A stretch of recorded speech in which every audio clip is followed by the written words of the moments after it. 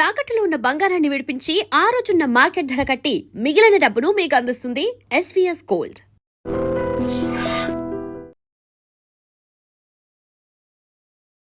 Welcome to team news. This is Pavan. Breaking news చూస్తున్నారు.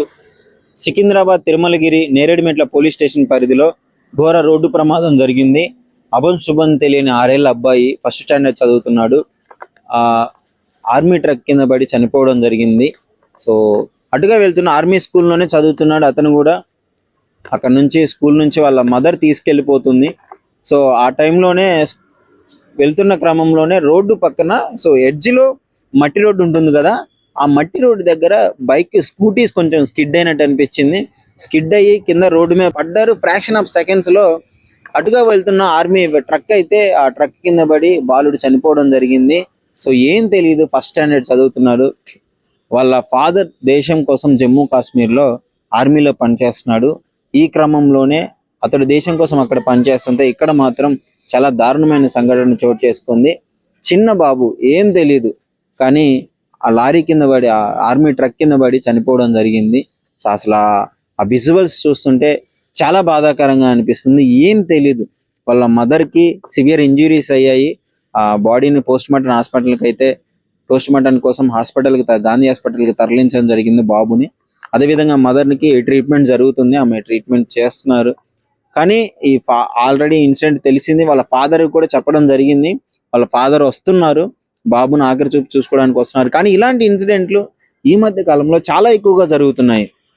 ముఖ్యంగా school వ్యాన్ల కింద, ఆర్మీ ట్రక్ కింద పడి ఇట్లాంటి అసలు ఎంత బాధాకరం అంటే, కేసు ఫైల్ చేశారు, బట్ ఫైల్ చేయడం కూడా ఈ విధంగానే చేశారు. రోడ్డు మీద వెళ్తున్నారు, సో ఎడ్జ్లో స్కిడ్ అయింది, కింద పడగానే అటుగా వెళ్తున్న ఆర్మీ ట్రక్ గుద్దడం జరిగిందని చెప్పేసి ఒకసారి మీకు అనిపించవచ్చు, అంటే ఆ ట్రక్ చూసుకోవాలి కదా అని. అది ట్రక్ ఎలా ఉంటుందంటే హైట్ లో ఉంటుంది, సో కింద ఎడ్జెస్ తెలియదు. ఇది ఫ్రాక్షన్ ఆఫ్ సెకండ్స్ లో జరిగిపోతుంది. సో అందుకే పేరెంట్స్ ఎవరైనా సరే చాలా జాగ్రత్తగా ఉండాలి. రోడ్డు మీద డ్రైవ్ చేసినప్పుడు హెవీ వెహికల్స్ పక్కన, లారీలు కానీ, బస్సు కానీ, ట్రావెల్స్ కానీ ఏమి వచ్చినా సరే పక్కన హెవీ వెహికల్స్ వెళ్తున్నప్పుడు మాక్సిమం దాన్ని అవాయిడ్ చేయడానికి ప్రయత్నించండి. ఎందుకంటే ప్రాణం పోతే తిరిగి రాదు. ఫ్రాక్షన్ ఆఫ్ సెకండ్స్ లో ఆ వీడియో చూస్తుంటే అసలు క్లియర్ గా అప్పటికప్పుడే జరిగిపోతుంది మొత్తం. ఇట్లకి బాబు వాళ్ళ మదర్ కింద పడిపోయారు, వెంటనే ఆర్మీ ట్రక్ వచ్చి వాళ్ళ గుద్దడం జరిగింది. అప్పుడు ఆర్మీ ట్రక్ కూడా ఓవర్ స్పీడ్ లో ఏం లేదు, అది నార్మల్ గానే ఉంది ఆ ట్రక్ కూడా. కానీ ఏం చేస్తాం, ఆ అమాయకుడు, ఆ చిన్న బాబు చనిపోవడం జరిగింది. వాళ్ళ ఫాదర్ ఆర్మీ వింటేనే చాలా బాధాకరంగా అనిపిస్తుంది. సో వాళ్ళు కేసు ఫైల్ చేసినారు, ఇన్వెస్టిగేషన్ చేస్తున్నారు. ఏంటి ముఖ్యంగా అసలు అలాంటి పరిస్థితి ఎలా వచ్చిందని చెప్పేసి ఇన్వెస్టిగేషన్ చేసి దాని మీద ఎంక్వైరీ వేసినారు. సో ఏదేమైనా మనం జాగ్రత్తగా ఉండాలి ప్రమాదం జరగకంటే ముందే. ఎవరైనా పేరెంట్స్ అయినా కావచ్చు, ఎవరైనా సరే వెహికల్స్ వెళ్ళినప్పుడు. రీసెంట్గా ఎన్నో చూసాం, ఎన్నో యాక్సిడెంట్లు, చిన్న చిన్న పిల్లలు బస్సుల కింద పడి చనిపోయిన ఘటనలు ఎన్నో ఉన్నాయి. సో వాటన్నిటిని అవాయిడ్ చేయడానికి ముఖ్యంగా పేరెంట్స్ బాధ్యత తీసుకోవాలి. ఎవరు కావాలని చెయ్యరు, బట్ జాగ్రత్తగా ఉండాలి.